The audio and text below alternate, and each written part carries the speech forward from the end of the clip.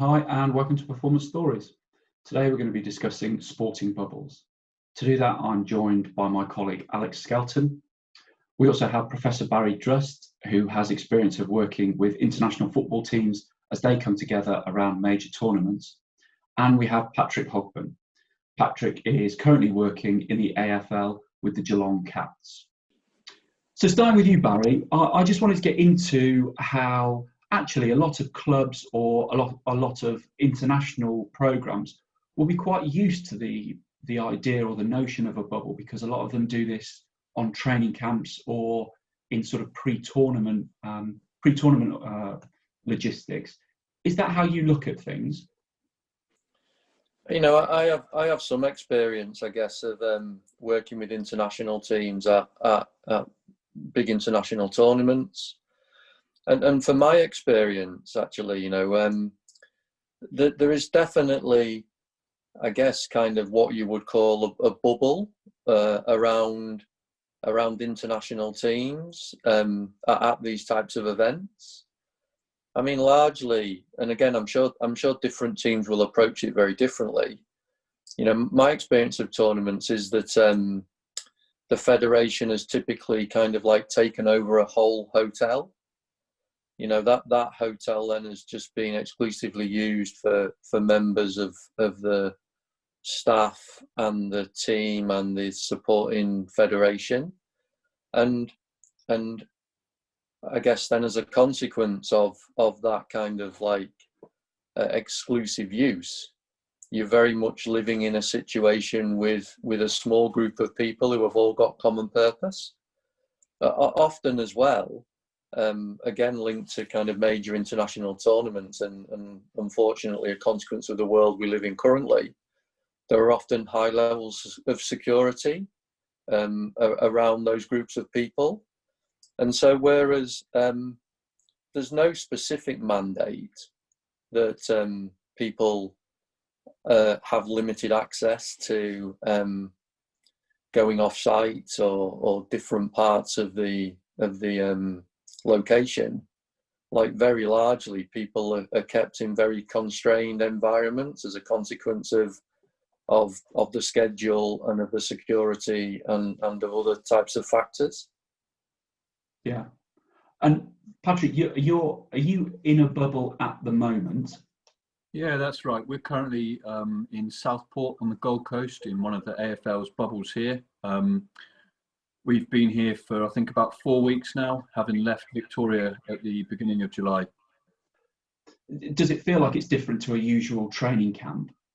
Well, right now, I guess it's different in terms of the rules we're living under. So there's a bit more restriction that's affecting training, that affects who the players can see and what they're allowed to do.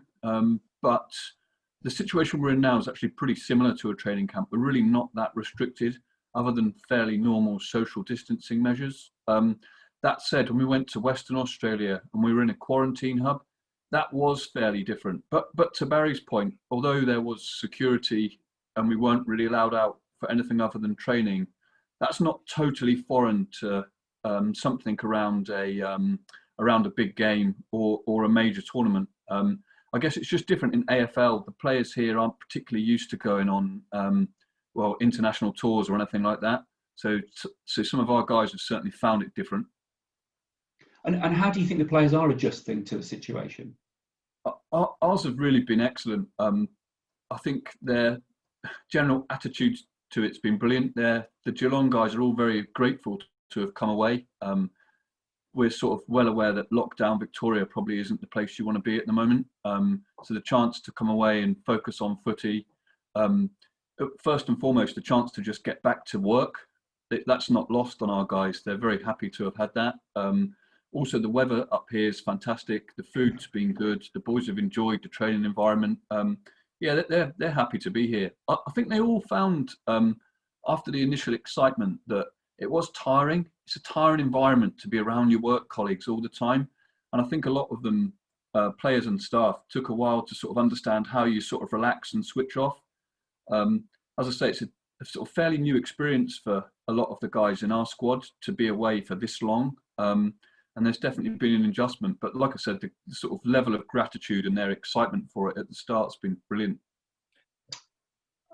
So you mentioned staff there, and they're often the sort of forgotten heroes of things like this. Has it been tough for staff as well, because they've had to leave their family and their routines behind as well? Yeah, well, I think there's a few aspects to that. Yeah, I'm sure lots of people have found it very difficult being away from family, friends, and having a totally different sort of life experience. I think the other thing for staff that's important to remember is in the AFL and the lot sport, there's been quite a lot of general job uncertainty. And when you combine that with a lot of unknowns and different constraints, as well as living in the pockets of some of your colleagues, it's easy to not be a brilliant version of yourself. And our guys have done very well with being aware and sort of recognising when maybe we're all sort of struggling a little bit with the idea of another lengthy meeting. We've got used to that, but yeah, there's definitely challenges there, and it definitely takes a bit to work through that and get used to it.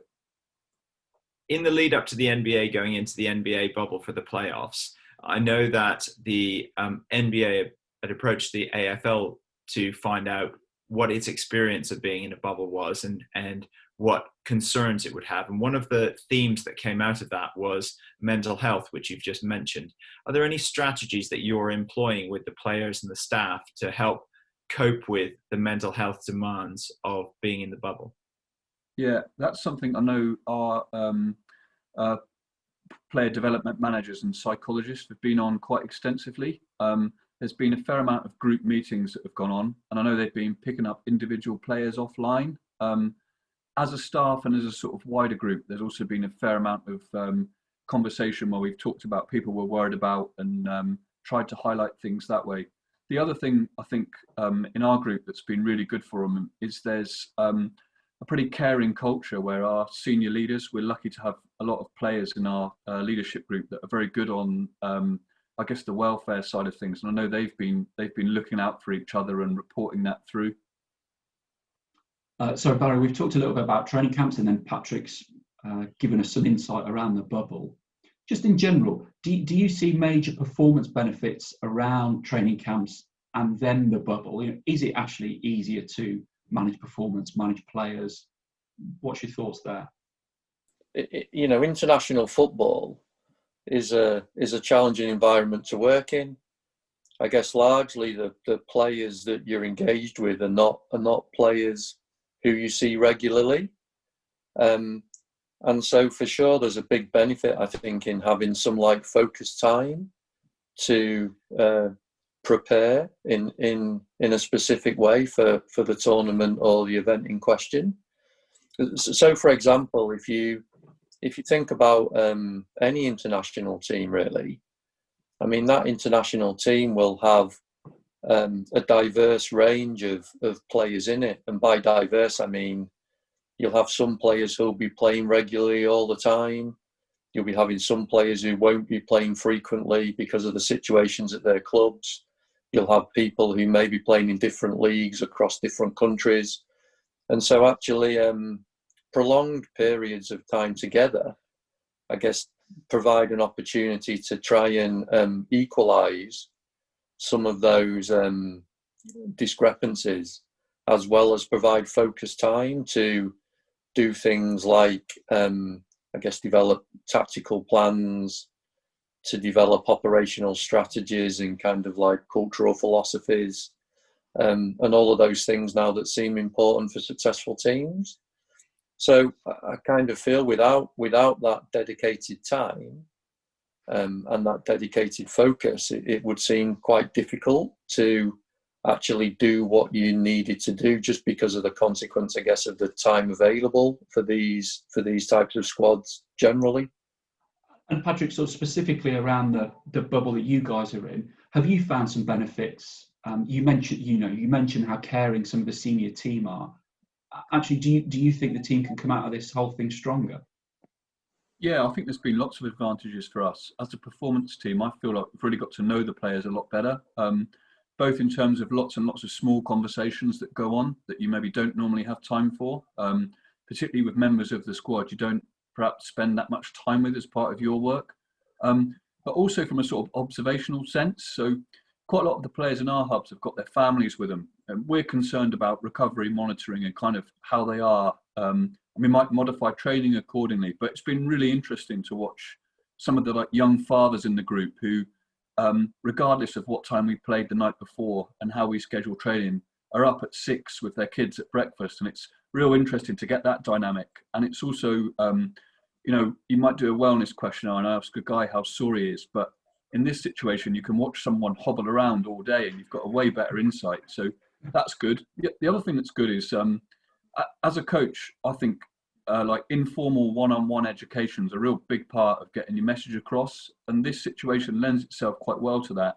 You tend to find yourself in a bit more of an organic situation where someone might ask you how you deal with something, and you can do it that way rather than feeling the need to schedule a presentation they may or may not listen to. So yeah, look, I think you get to know them a bit better. I think it's easier to reach certain players, and you get some observations that you maybe wouldn't normally get a chance to have. Has anything been unexpectedly difficult during your bubble period? Well, one thing I think everyone found quite hard was there's been a lot of staff cuts in the AFL, and although most of us in the hub have been fortunate to be the right side of that, that happening in a team's very disruptive, and it's sort of sad to see people that really valued and loved their jobs not being able to continue. So I think people found that much harder than they thought. The uncertainty, I think, was difficult. The AFL released fixtures in blocks, and so sort of not knowing what the time around games would be, not knowing necessarily where they would be, I think people found that hard, especially in terms of how long they're going to be away for or when they can see family again. People definitely found that difficult. Now, Alex, I want to come to you. The guys have given us some fantastic insight there, and that's kind of always the area that I think some of the marketeers miss. But just before we go into that, obviously lockdowns caused a lot of clubs fairly significant issues financially. Do you have any insight as to what that impact is looking like across different sports? I think that some of the numbers have been reported. The NBA has reported that it's expecting to lose $500 million in revenue by not having the playoffs happening in stadia with fans. And the BBC has reported that next season's Premier League is expected to be short by £677 million in gate revenue if fans aren't allowed back into stadia. But the real cost of this actually won't be known for probably 12 or 24 months from now, because we won't really know the impact that it's having on sponsors and whether or not they're renewing their sponsorship packages with the clubs, especially in the smaller sponsors who might rely on sort of more match day activations like VIP packages or fan zones that just simply won't be happening. That revenue for the clubs will be something that they're going to have to work much harder to get in future. But I definitely think that there are opportunities for that. And is one of those opportunities perhaps working closer with the likes of Barry and Paddy around developing content from within these training camps and these bubbles? Absolutely. I think that some of the insight that Paddy and Barry have given today about what it's like to be inside the bubble is stuff that fans are desperate for. They want to know what the players and the teams that they're following are experiencing. Actually, one of the teams in the NBA bubble that's done it well, although they didn't play so well, was the Philadelphia 76ers, who were knocked out in the first round. But actually, they had a team embedded within a team of media people embedded within the team who were producing content.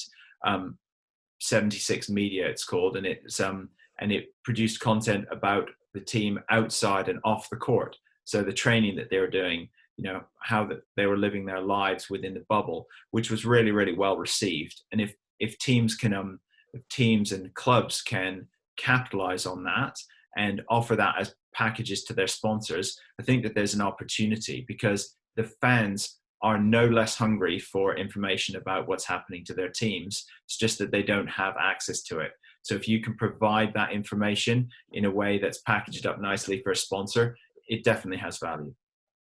And Barry, I guess what we didn't touch on was boredom, really, around the players when they're in these, when they're away at training camps. Do you actually think, in a slightly more controlled environment, as COVID has delivered, that working with the media teams becomes a little easier and actually can have benefits to the team because you're alleviating some of the boredom that has been associated with training camps and now bubbles in the past? Yeah, I mean, I suppose boredom is it's an interesting concept, really, because I guess people approach it very differently.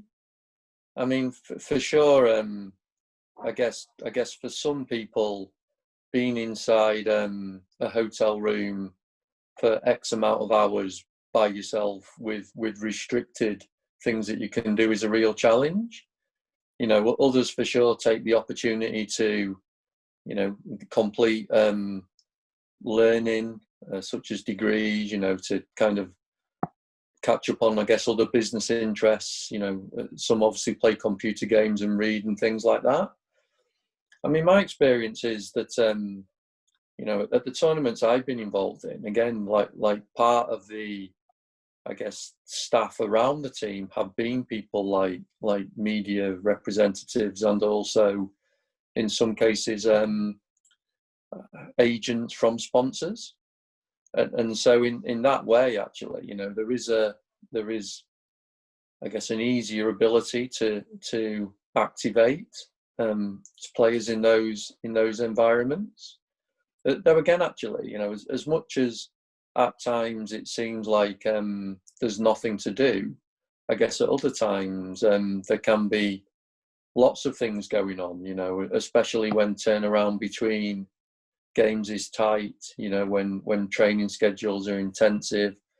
So there are definitely enhanced opportunities there. But again, you know, these things probably just get impacted by a whole new series of challenges for those types of light links that are maybe not normally there when you're not in a training camp. Yeah. Patrick, have you got media and sponsorship teams embedded with you guys? Yeah, we've certainly got media, and we've got people that's roles would even sort of include sponsorship. So you said earlier about how, you know, you've got closer to the players because you have more one-on-one and perhaps a better informal relationship with them. Do you think this has helped create a little bit more of a better relationship with other parts of the organisation? Yeah, I think for sure. Just spending time and, like I said, having those small conversations helps everyone connect. I also think the media side of things have maybe seen more of the day, and it's helped them get a bit more maybe socially intelligent on when is a good time and what's interesting. To Barry's point on filling time, I think we've also got some players that are really interested in that sort of thing, and they've probably graduated more to the media and you know, worked with our representatives from those areas. So, Alex, back to you. I mean, we've got a fairly significant amount of experience of managing this side of things and helping teams and athletes with their relationship between performance and media. Do you see this as one of the major positives to come out of the COVID period?